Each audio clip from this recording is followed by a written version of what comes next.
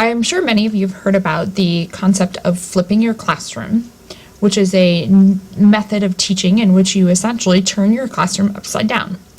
So in this online tutorial regarding the flipped classroom, I wanted to give you an introduction to what a flipped classroom could look like, as well as some tips and tricks for creating a flipped classroom environment for you. So first of all, exactly what is the flip? So by traditional definition, the flipped classroom is where videos take place over direct instruction. So instead of the traditional lecture in the classroom, students now watch videos or podcasts outside of class, and the lecture within the classroom is then eliminated. This then allows students to get more individual time in the class to work with their teacher on key learning activities, as well as to expand the types of learning activities that students are allowed to do within the class. It's called the flipped classroom because we are essentially flipping the old model of lecture, which is done at school, and now the lecture portion is done at home. And what used to be more homework is now done in class. So you're essentially flipping the classroom upside down.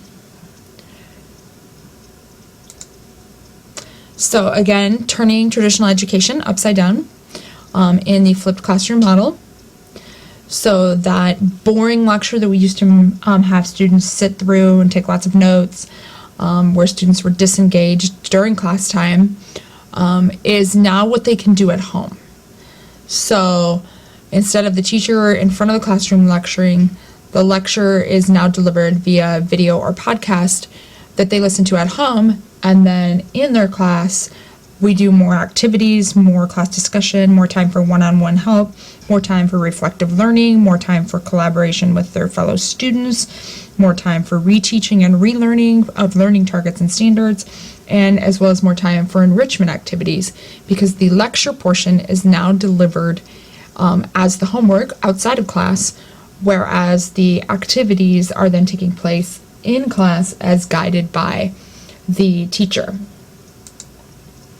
So at home, the benefit is that students can watch the lectures at their own pace. They can pause them. They can take as many notes as they want. They can go back to things that they didn't understand. And then within the classroom would be a much more richer, engaging environment that the students would be involved with. So it's taking educational technology and activity learning and putting them in a model that influences a new student learning environment. So the flipped classroom uses educational technology, which influences the learning environment, what's going on within the classroom.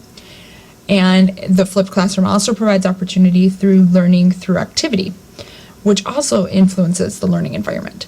So it's really, the flip model is about completely changing the learning environment within the classroom. So now, what is the flip not? So some people assume that the flip is just a synonym for online videos. So they hear about the flipped classroom, all they think about are videos, and teachers being replaced with the videos, and students just sitting in classrooms watching videos, staring at a computer screen while the teacher has to do nothing. The real point is the changing of the learning environment, because it is the interaction and the meaningful learning activities that occur during the face-to-face time within the classroom that have changed. So the flipped classroom is a way in which we alter the learning environment in the actual classroom during the face-to-face time. So it's not replacing teachers with videos, it's not online coursework, it's not students working without structure, it's not students spending time sitting in class staring at a computer screen, it's not students working in isolation. It is essentially a tool to change the learning environment, and it's changing it to a more engaged learning environment within the classroom. So again, the flipped classroom is then, it increases the interaction and contact time between students and teachers and students to students. Students have to take responsibility for their own learning. It's a classroom where the teacher is not the sage on the stage, so to speak, but the guide on the side. So instead of having this teacher be the center of attention within the classroom, the teacher becomes the guide on the side where the students are the center of the classroom. It's also a very useful tool for students who are absent due to illness, extracurricular activities. They don't get left behind because they can catch up on lecture or information material without actually being in class. Content is also permanently archived, which is awesome because students that need to review can go back to that material, and students that need remediation can also go back to that material. Students like to be able to view the lectures at their own pace, so they can pause them, go back if they didn't understand something. So it gives them the freedom to do that with permanently archived information. It changes the class environment, so all students are engaged in their learning, and they're getting a more personalized learning experience within the classroom based upon what they know. So now the content part. On the internet, there are lots and lots of places to get content. Like, for instance, the Khan Academy, which is one people often hear about. The Khan Academy has thousands of videos, and you can find them very easily on the actual Khan Academy website, or you can check them out on YouTube as well. And they have tons and tons of videos. I just caution you against these, as I have found out over the years using Khan Academy videos that these can get very much over the head of many students. They get very detailed. Like, I might pick a video on, say, the atom, and what I might discover is that goes into far more detail than I wanted it to, and so then it ends up being over the student's head, and they get very frustrated easily with that. So I sometimes very much caution people when they're using Khan Academy videos. There's another one called Brightstorm. So if you go to the Brightstorm website, and then here, if you go to the Brightstorm website here, you will discover that this also has lots of online tutorials and videos that could be used as a flipped classroom. So if you click on the study part, you could pick a subject like English literature, and it would have 6 videos, for instance, on The Great Gatsby, or Macbeth, or Lord of the Flies, Death of a Salesman. And so there is opportunity here on Brightstorm as well to find some already pre-made videos that might come in handy for your students. If you are an Apple person, iTunes U has a K through 12 category that you can search that has tons and tons of videos as well. You can also just go to YouTube yourself and search a certain subject, and you could probably find a video that could serve as content for your subject area on YouTube. Making your own. I have always gone with making my own. I have rarely ever assigned a video for students to watch as lecture material that was not my own. And I believe that's a good method because it is allowing students to have that relationship with you and feel that connection. And there's lots of different programs to use that. There's Camtasia. There's also a program called Jing through Chrome that you can use. There's a website called Screencast-O-Matic, which I'm actually using to make this presentation. The iPad has an app called EduCreations. So there's lots of those out there, but I highly recommend and have found my favorite to be Screencast-O-Matic, which is what I'm using right now. So if you just Google Screencast-O-Matic, this is a screen recorder where all you have to do is, you don't even have to have an account, but it's pretty easy to get a free account. Just sign up, you can click start recording, and then a screen. You'll set the screen size to what you want, and you'll be able to record whatever's on the screen in front of you. So I would just always record following along in my PowerPoint presentations using Screencast-O-Matic. Free, easy, and then I would upload those videos to my own YouTube channel. So on YouTube, I have my own YouTube channel.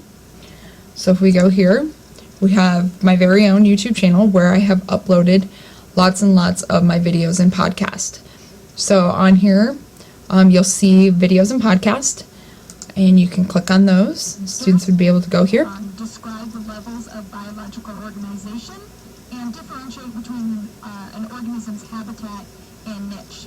So the entire premise behind section 2.1 is the interactions of biotic and abiotic factors in a community or an ecosystem. So if you're following along in your book, the study of ecology is the basics of the So there you have what like one podcast would look like. So I basically captured the PowerPoint using Screencast-O-Matic with my voice going over it and giving the lecture as I did that. And then I just uploaded it to YouTube, and then I would put the link to the YouTube video on to Canvas so students could easily find that. Tips for making podcasts and videos. I recommend you keep them short. These are high school students. They have a short attention span. So 10 to 15 minutes tops for your podcast. And using Screencast-O-Matic, that allows you to record up to 15 minutes free. So you can do a 15-minute long video presentation for free and then upload that to YouTube. I always like to state the objectives at the beginning, so the learning targets. I also sometimes will point out the chapters or corresponding pages in a book. If you're nervous about getting started, start small. Just pick one unit and start relatively small with that. I really prefer and think the best way is to make your own because it really helps the kids to make the connection between the video and you in class, and it also helps to build those relationships and make those connections. In the classroom, then what would happen is if I had assigned a podcast that was due, say, on Friday, when they came to class, they would have a quiz, and that quiz usually took place on Canvas. So they would log in and find the quiz over that podcast. It would be open notes, so they could use any notes that they took while they had been listening to the lecture. The results were then instantly reviewed by the class and discussed. A lot of kids took extremely detailed notes because they could pause the video as they were going and write things down. And so they had great, very detailed notes as they were going through. But they were allowed to use those on the quizzes. So it should be free quiz points for them, kind of a formative check because they could use their notes from the podcast lectures. And then we would instantly view those notes. So if we were taking the quiz on Canvas, as soon as everybody in class was done, I would pull this right up on the screen and we would go through each question. We would go through and clear up any misconceptions, misinformation. If I saw there was a big gap in their learning, then I could take time right at that moment to lecture over that or to go into more detail or more depth or explain any misconceptions that had possibly happened while they were listening to the podcast. And then from there, we could move on to all those great engaging activities that we never had time to, before, like class discussions, more one-on-one help, reflective learning, more collaboration with their peers, reteaching, relearning, enrichment activities. So all of those types of things could then be incorporated into class that usually we would be spending all this time in class lecturing about. And we could get to deeper thinking, deeper levels, and a much more richer and engaging classroom experience thanks to having a flipped classroom model. So there you have it. I encourage you to take a stab at it, try one thing, maybe just start with one unit. And it is time consuming in the beginning a little bit because you have to make all the videos, but once the videos are made, then you can just keep reusing them year after year after year. So therefore, the process is over with. You don't have to worry about that the following year and the following year and the following year. Because typically, content is not going to change. So again, if you have any questions, please always let me know. And thank you.